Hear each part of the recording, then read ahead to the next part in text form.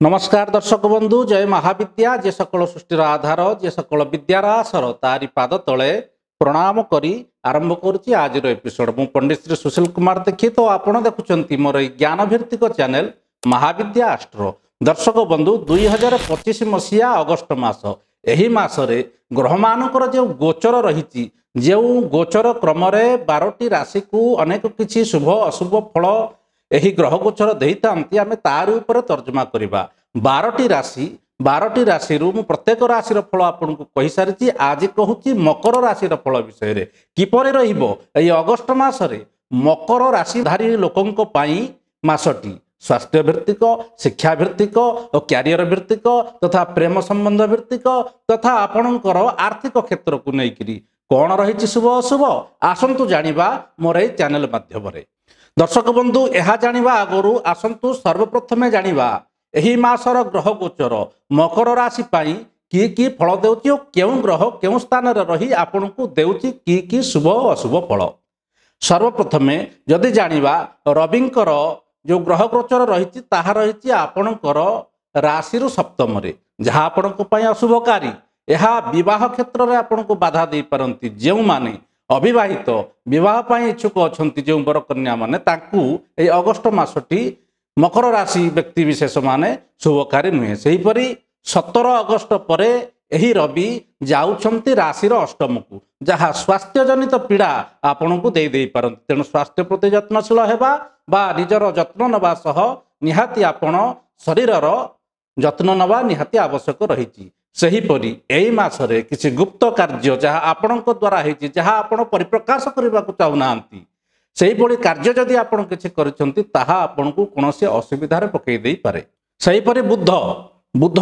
30 August पर्यंत रहुचंती आपणक राशिर सप्तम रे जहाँ स्नेह संपर्क आपस बुझाबणा रे किछि मतद्वेष देई पारे बा भूल बुझाबणा करि देई पारे तेणु एथिप्रति टिके सतर्क निहाती रहिबे सेहीपरि व्यवसायी माने भागीदारी मानक सह बुझी विचारी कार्य करंतु बा पार्टनरशिप रे किछि आपणकर तिक्तता आसी जिबार मध्य देखा जाउची सेथिप्रति सावधान रुहंतु सेहीपरि देवगुरु बृहस्पति रहुचंती राशिर षष्ठ स्थान रे जहाँ रोग शत्रु पक्षरे चिंतार कारण हेबे तेणु स्वास्थ्य प्रति यत्नशील हेबा सांगकु अजथा शत्रु बा मित्रंक सह शत्रुता आचरण ठारू दूरेई रहंतु एपरि क्षेत्र रे किछि ऋण परिशोधर आपण को सुजोग मिल पारे तेणु बकेया ऋण को आपण परिशोध निहाती ए गुरुंक द्वारा करि पारुछंती देखिबा जति अगस्ट मासटी मकर राशि पई सेते शुभकारी नुहंती तेणु शुक्रंकर एही मासरे गोचर प्रिय परिजनक ठारे सेतेटा भल संपर्क रखी न पारे सामाजिक बा सोशियालिटी क्षेत्र में मध्य सेतेटा आपण को सफलता मिल न पारे मात्र अकस्मात धन लाभ बा पैतृक संपत्ति किछि लाभ शुक्र आपण को एही मासरे करई देई पारंती सेपरि मंगलंकर स्थिति जदि देखिबा एही मासरे मंगल रहुचंती राशिरु नवम रे यहा मध्य सेते शुभकारी आपण को पई नुहंती भाग्यर उत्थान पथान एही मासरे आपणकर लागि रहिबो अत्यधिक परिश्रम और पराक्रम नीति को आपणई आपण किछि कार्य सफलता को नहीं पारंती बा एही नीति रे एही मासटी चलिबा आपण को पई श्रेयस्कर हेबो हाँ शनिंकर स्थिति एही मासरे आपणक पई अति शुभकारी हेबो काहेकि ना शनि रहुचंती राशिरु तृतीय रे पराक्रम स्थान रे जहाँ आत्मविश्वास वृद्धि करैबा संगे संगे पड़ी रहितिबा अनेक दिनरु किछि कार्य ताहा त्वरान्वित हेबार देखा जाए सान भाई और भौणी मानकर सह संबंध भल रहिबो बा सान भाई भौणी मानकु नै आपण खुशी उपलब्धि करिवे बा कोनोसी ना कोनोसी जगह को तांकु नै मनोरंजन करैबार सुजोग एही मासरे आपण पाई परछंती सेहीपरि राहु केतुंकर गोचर भ्रमण मकर राशि पई एपरि रहिछि देखंतु द्वितीय और अष्टम स्थान को प्रभावित करूछंती राहु और केतु जहाँ वित्तीय क्षेत्र रे बा आर्थिक क्षेत्र रे किछि उत्थान पतन आपण को देवार देखा जाए सेपरि पारिवारिक अशांति निहाती बढ़ी जाई पारे तेणु परिवार रे किपरि शांति बजाय रहिबो सेथिप्रति आपण यत्नशील हेबा निहाती दरकार हाँ जेहेतु द्वितीय स्थानटी प्रभावित रहुची कटु बाणी कहवा ठारू टिके दूर रे रुहंतु बा निजर बाक संयमता उपरे टिके दृष्टि दबा आपणक पई निहाती भलो हेबो दर्शक बंधु एई तो थिला आपणकर मासरे राशि मानकु गोचर करुथिबा ग्रह मानकर फलाफल एबे आसंतु जानिबा एही अगस्ट मासरे मकर राशि पाई किपरि रहिछि क्यारियर ओ किपरि रहिछि बिजनेस बा व्यावसायिक क्षेत्र। देखंतु कर्म क्षेत्रटी मासरे साधारण रहिबार देखा जाए, सेतेटा भल नुहे कि सेतेटा खराब मध्य नुहे। कर्मनिष्ठ परिश्रम आपनको निहाती करबा आवश्यक रहिछि। वरिष्ठ अधिकारी मानक सह आपण भल बुझाबणा रखंतु, काहे कि ना आक्रोशर शिकार होई परंती। से वरिष्ठ अधिकारी हुंतु बा सहकर्मी हुंतु, तांको सह उचित बुझाबणा निहाती आपनको कर्मस्थान रे भल परफॉर्मेंस देई पारुछि। व्यवसायी माने निवेश क्षेत्र रे टिके सतर्क रहिबा निहाती आवश्यक। भागीदारी रे सावधानता निहाती आवश्यक रहिछि। किपरि रहिबो एही मासरे आपणकर आर्थिक स्थिति मासरे सेतटा सच्छल देखा जाए नहीं। राहुंको द्वितीय अवस्थान अजथा खर्चर कारण हो पारे।